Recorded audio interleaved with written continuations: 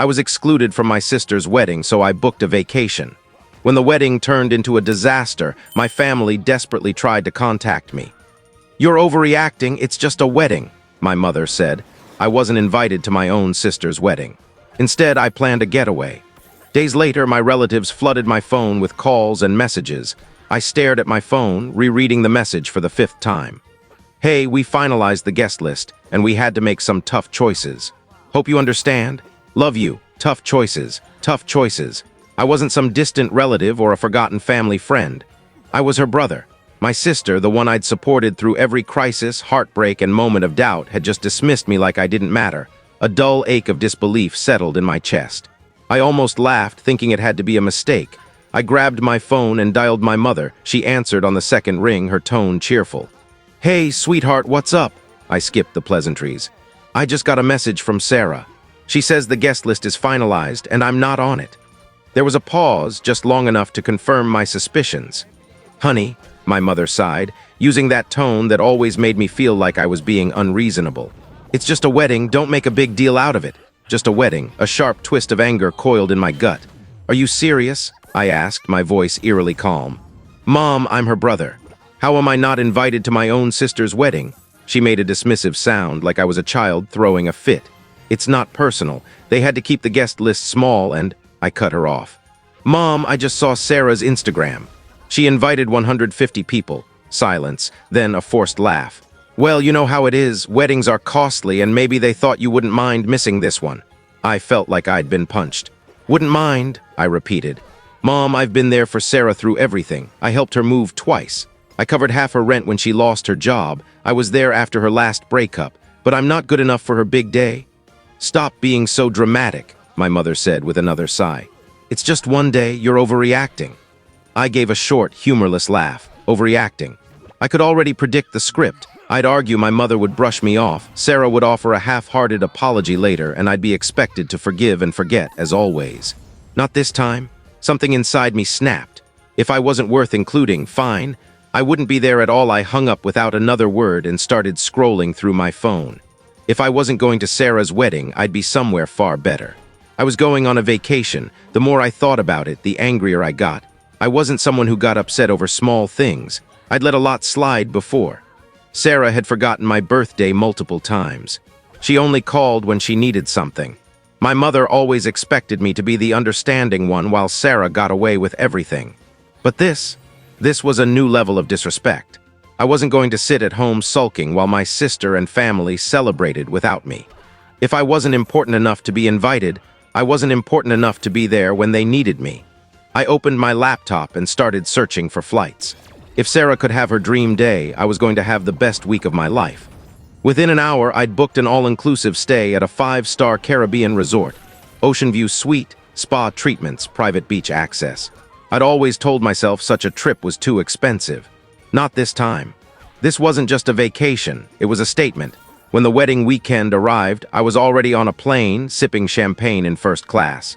I posted a photo, legs stretched out, drink in hand, with the caption, "Guess I didn't make the guest list, but I think I'll manage." The responses came quickly. Some cousins sent laughing emojis. My aunt, the only sensible family member, commented, "Good for you. Should have brought me along." The best reaction, my mother's. She sent 3 texts in a row, "Where are you? Are you really missing your sister's wedding over this? You're being petty." Petty. I was just getting started. I replied with a photo of the beach, white sand, turquoise water, postcard perfect, and turned off my phone. I wasn't letting them guilt me. Not this time. For the first time in years, I was putting myself first, and it felt amazing. By the time I landed in paradise, any lingering guilt was gone. The warm ocean breeze hit me as I stepped off the plane, carrying the scent of salt and tropical blooms.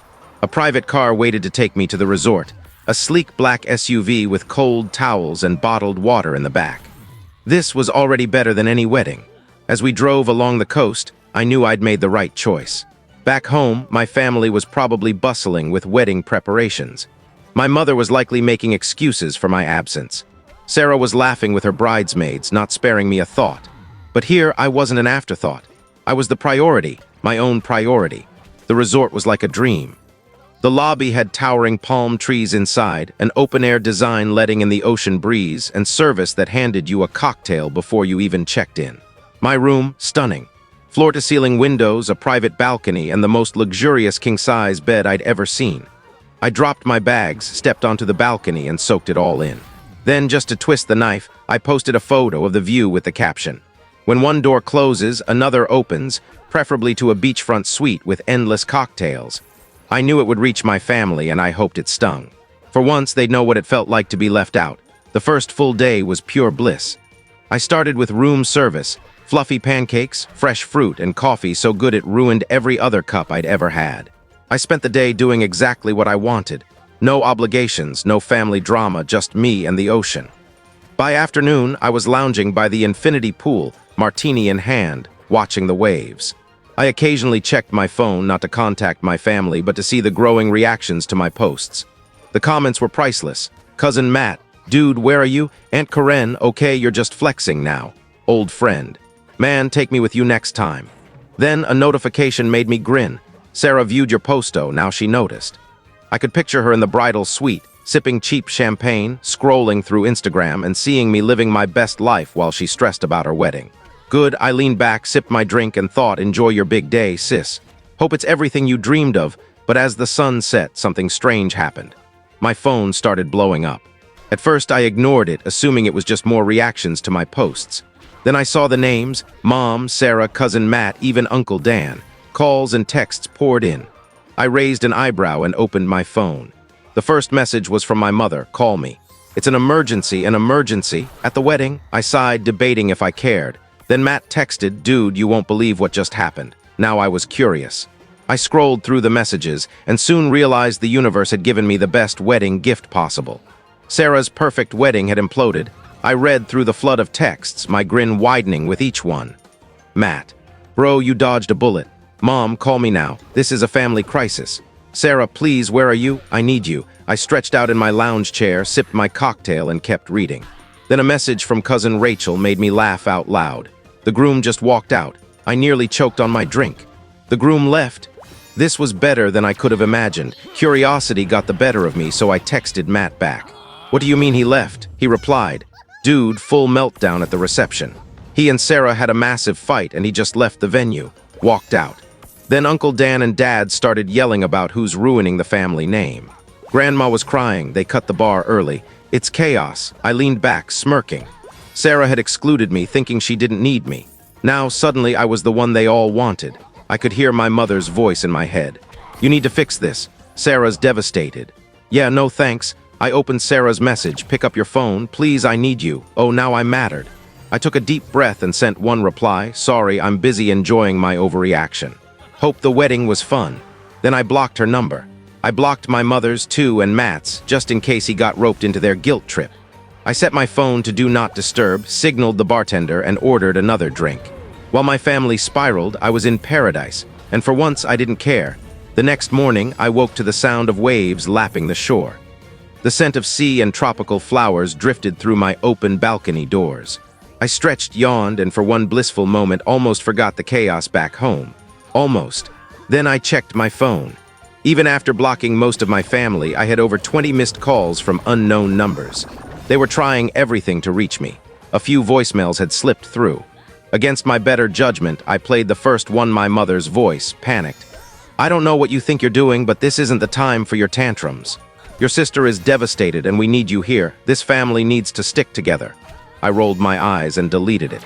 Next voicemail, Sarah, sobbing. I don't understand why you're doing this. You're my brother, I need you. Please call me back. Click, deleted. The next one made me laugh, Matt whispering like he was hiding. Dude, Mom and Aunt Karen are planning to ambush you at your apartment when you get back. Heads up. Also, Grandma keeps saying the wedding was cursed because you weren't there. It's hilarious. That voicemail. I saved it, I tossed my phone on the bed and stepped onto the balcony. The sun was rising, casting a golden glow over the ocean. I took a deep breath, letting the warmth sink in. Back home, my family was scrambling to do damage control. Meanwhile, I was here, sipping espresso in a bathrobe, savoring the best decision I'd ever made. The best part? They were now feeling what I'd felt when they excluded me, unwanted, forgotten, left out. It was almost poetic, but I wasn't done. I grabbed my phone, snapped a photo of my breakfast, fluffy pancakes, fresh fruit, and a mimosa so perfect it could blind someone, and posted it with the caption, starting my day stress-free. Hope everyone back home is doing okay. Then for fun, I scrolled through my blocked messages, smirked at the missed calls, and ordered another mimosa. I wasn't calling them back. Let them fix their own mess. I was on vacation. By noon, I was lounging in a private cabana, sipping a tropical drink with an umbrella when my phone buzzed again. This time, it was cousin Rachel. Okay, I know you're mad and you have every right to be. But you need to hear what happened after the wedding. Call me. You'll love this. Rachel was the only cousin with any sense, so if she said I needed to hear something, it was worth my time. Against my better judgment, I called her. She answered on the first ring. "Oh my God, you're finally picking up," she said, barely containing her excitement. "Okay, are you sitting down?" I glanced around my shaded cabana, the ocean stretching out before me, drink in hand. "Yeah, I'm in a pretty good spot for this," Rachel laughed breathlessly. Okay, after the groom left, Sarah had a total meltdown, not just crying, screaming, throwing things at the wedding party. I smirked. "Sounds like her," Rachel went on, her voice buzzing with excitement. "Everyone was trying to calm her down. Mom overheard Aunt Karen say the whole disaster could have been avoided if you'd been there." I blinked. "Wait, what?" Rachel giggled. "Yeah, she said you've always been the one to fix things when Sarah spirals. That if you were there, you'd have talked sense into the groom or managed everything like you always do." I burst out laughing. So the same family that banned me from the wedding is now blaming me for not being there to save it. "Oh, it gets better," Rachel said. "Mom told Karen she was being ridiculous and they started fighting. Loudly.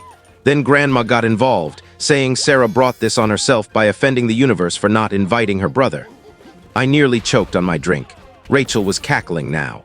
Grandma lectured Sarah in front of everyone, saying, "If you treated your family better, you wouldn't be alone in your wedding dress right now." Leaned back, grinning. "Wow, that's beautiful."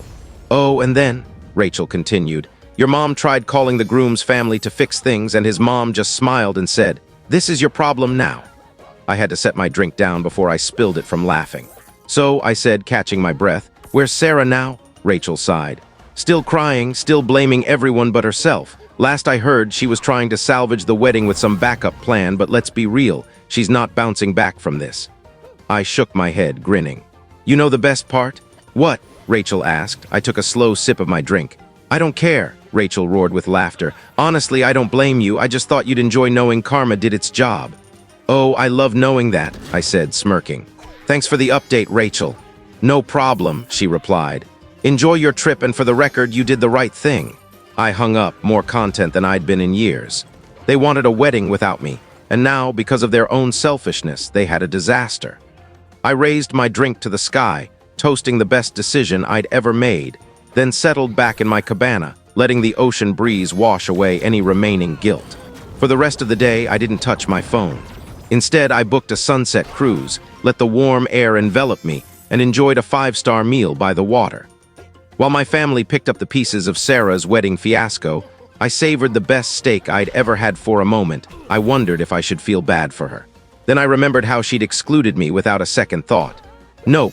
I sipped my wine, took one last photo of the view and posted it with the caption, "Zero regrets." With a satisfied smile, I turned off my phone again. Let them stew. I was done being their fallback plan. The next morning, I woke feeling lighter than I had in years.